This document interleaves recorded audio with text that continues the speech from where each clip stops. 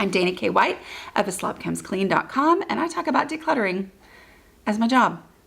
And it's great because I have so many opportunities to declutter in my own home. So here we go. I'm going to talk about 3 things that I decluttered out of our garage. When I made these decluttering decisions, we had been living in our house for 8 months. Okay. We had pretty much gotten everything else set up, all the stuff that we use all the time, but the garage still had a bunch of junk in it. Okay. And so I was working through these things, and I think it's really important to talk through some of these hard decisions because these are the types of things that once would have stopped me in my tracks. They would have either made me go, I can't do this and I'm going to walk away, or I'm just going to leave that stuff, whatever. But how do I make these decisions? That's what we're talking through. One thing that's really important to say is that a big strategy of mine in my decluttering process is to define the space, define the room. What is the purpose of this space that I'm decluttering? Because if I know the purpose, then that affects my willingness to be ruthless, to go ahead and make these final decisions. And what's the purpose of my garage? Well, it is to park in it. Like, that's the purpose, which means stuff can't just live there. If I don't know that the purpose of my garage is to park cars in it, then it's like, oh, this is just open space. Stuff can stay here.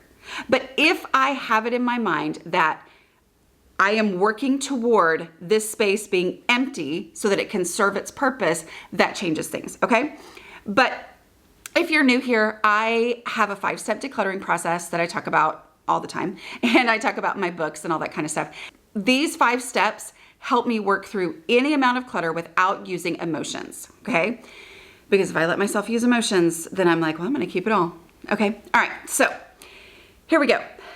First thing is my sewing machine.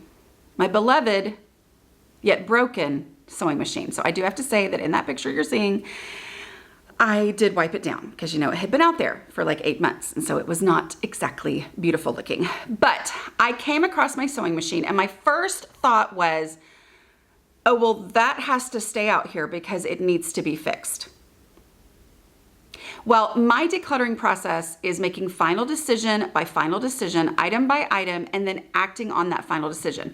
So one option would be for me to immediately stop and look up sewing machine repair in my area and then call them, see if I could bring it in, and then go bring it in, or go put it in the car and put it on my schedule to go bring it to the place to have it repaired at a certain time. Okay, so that's an option. I was not going to do that day. So how could I make a final decision about this if that is just not in my schedule availability for me to go ahead and act on that? Well, it has to have a place in my house. Once it's fixed, it has to have a place in my house. So I asked myself my first decluttering question. If I needed this sewing machine, where would I look for it first? And I immediately knew in our new house where I would look first for my sewing machine. So I took it to that spot. Is this perfect? No, but it has to have a place anyway. And so I'm going to go and I'm going to put it in that place because that place needs to be open and available for it when it is usable.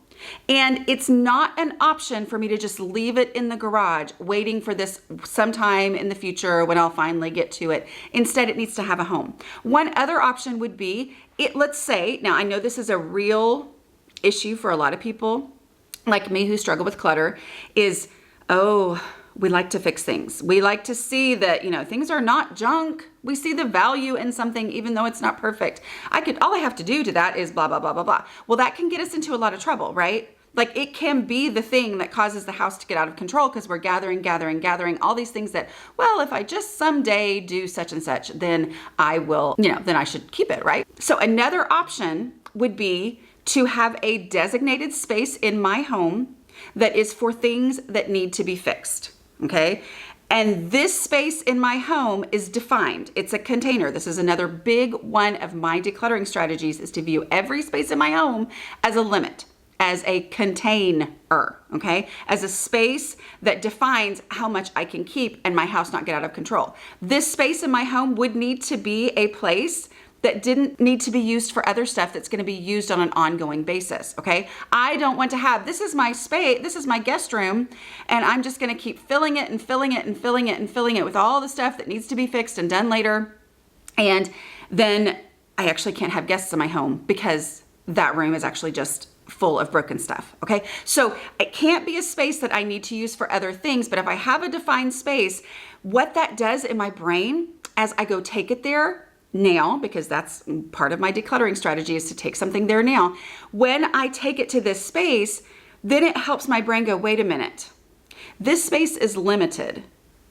This is not something I'm actually truly going to fix. And so it needs to go because there's not room for it and the other things in there. Or I bring it and I say, oh no, I know for sure I'm going to fix my sewing machine. So I'm going to put it in here, but there's no space. Okay, what in this space am I actually not going to fix? Oh, that over there. Yeah, I forgot that I bought a new one, whatever. Okay, so giving it a defined space. For me, I have chosen not to have a space just for random things that are going to be fixed. Instead, I went and put it in there, and then I put in my calendar once school gets started again and life gets a little bit less crazy, like that ever happens. Anyway, but at this point, I have it in my calendar called the sewing machine repair place, okay? But it has its space.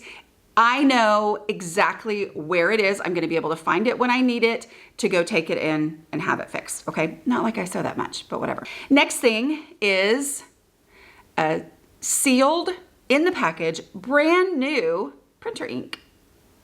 I was like, oh yay, printer ink. And then I went, wait a minute. This might be the ink that I ordered right before my last printer died. And I got a new printer. I don't think I've ever actually ordered ink for my new printer. Oh, but you know what? The printers are real similar. They look a lot alike. Same brand.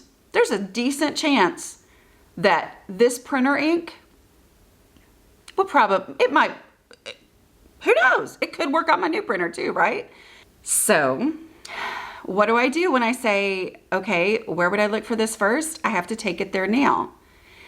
But as I take it there now, I'm going to put it next to my printer and I need to go ahead and follow through and say, okay, I'm going to look up and find out, is this the right kind of ink? Because otherwise I'm just going to put it in this place where I would look for printer ink.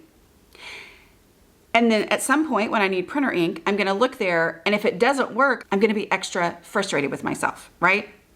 So going ahead and taking a moment to look up what kind of ink do I need for my new printer. And that was when I found out, no, it doesn't actually work for my new printer. So then I could just donate it. It's brand new. Hopefully somebody's going to be super excited to find it. What I don't need is to have it in my house, sitting there making me think, oh, I've got printer ink, when in reality, I don't actually have printer ink. Okay, it's better for me to not have it. And so going ahead and taking the less than 2 minutes to walk to the printer, Google what kind of ink that printer needs and find out for sure this is not the right kind, lets me put it in the donate box. And I know there are a lot of people out there who are like, well, duh, who wouldn't do that? Me, of however many years ago, I wouldn't have done that. I would have been like, oh, maybe this will work. I should keep it. It's ink. It's brand new. Everybody likes ink when they need it, and it's brand new. How could I get rid of that? It's better to know the truth, and so I went ahead and got rid of that, okay? So taking action, taking the sewing machine to an actual home, even though it's imperfect because it needs to be fixed, but not just letting it live in limbo. And I can do that, and I'm motivated to do that because I know that clearing this space out is my goal, because the space has the purpose of parking cars in there, okay? Going ahead and acting on the printer ink dilemma of not knowing, oh, I wonder what, I can find that out. But for some reason, I used to just set it aside, or, oh, I'm not sure, so I'm just gonna keep it. Instead, I can know, like I did in like 2 minutes, whether or not I need it. I can actually tell you exactly how long. So when I got it out of the box, it was 9:30, and I probably debated with myself a little while, 9:33. Okay, so the 2 minutes wasn't exactly right. 9:33, I went to the printer, and at 9, okay, so it's 3 minutes. That's not bad, right? So I wasn't like totally exaggerating. Plus, I had to do video, and you don't have to do video of your clutter. But within 3 minutes, I was sticking it in the donate box. That's pretty good, right? Now it's gone, and I never have to think about it again. All right, now, then this little frog. I love this little frog. I feel a lot of, oh, I remember that frog. But y'all, the frog is broken. And I don't want to put a broken frog out as a display. And so if it's not going to be displayed, it just needs to sit in a box. Well, I'm trying to give every single thing that comes into my home. That's one of my goals with having moved. If I'm going to bring it into the house, it's going to have a real place. And I don't want to give a real place to a broken frog.